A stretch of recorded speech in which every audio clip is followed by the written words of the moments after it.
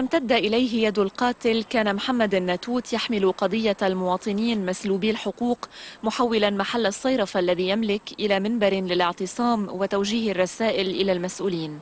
الناتوت تحدث عبر كاميرا الجديد منذ أيام، لم يكن يعلم حينها أنه سيذهب ضحية الإهمال وغياب الأمن. المواطن لازم يشعر بكل شيء خطأ بمر فيه البلد وينتقد كل شيء، لأنه سكوت علامة الرضا.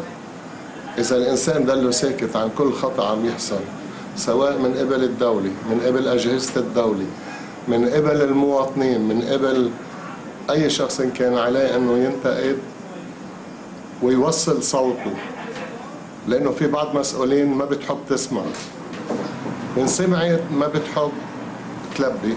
ككل ليلة لم يقفل الناتوت مواليد 1945 محله، أبقى الباب مفتوحا حتى ما بعد منتصف الليل.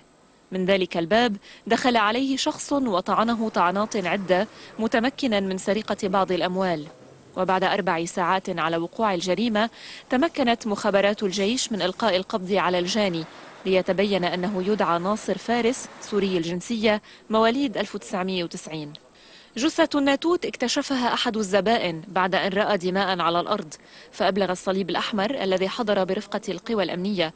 وقد تبين بعد الكشف على كاميرات المراقبة أن الجاني دخل طالبا تحويل أموال إلى شقيقه في سوريا، وبغفلة من الناتوت استل سكينا من جيبه وسدد ضربة للمغدور في صدره، وما إن هم بالدفاع عن نفسه محاولا الالتقاط بالسكين طعنه طعنتين في ظهره قاضيا عليه، ثم سرق أموالا من أحد الصناديق وهرب.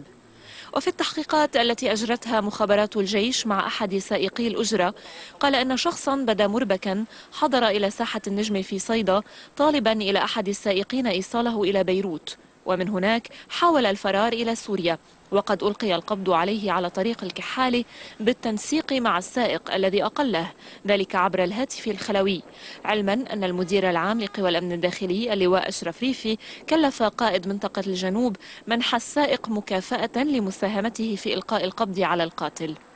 وفيما توالت المواقف المستهجنة للجريمة، عقد اجتماع طارئ لفاعليات صيدا بدعوة من مفتيها، وقد خرج الاجتماع بمطالبة بإعدام الجاني حفاظا على حق المدينة بالأمن.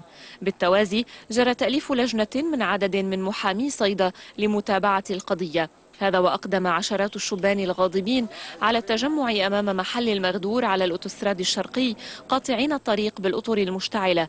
وفيما كان من المقرر أن يقوم القاتل بتمثيل جريمته، جرى تأجيل الأمر خوفا من أن يتكرر ما حصل في كترماية.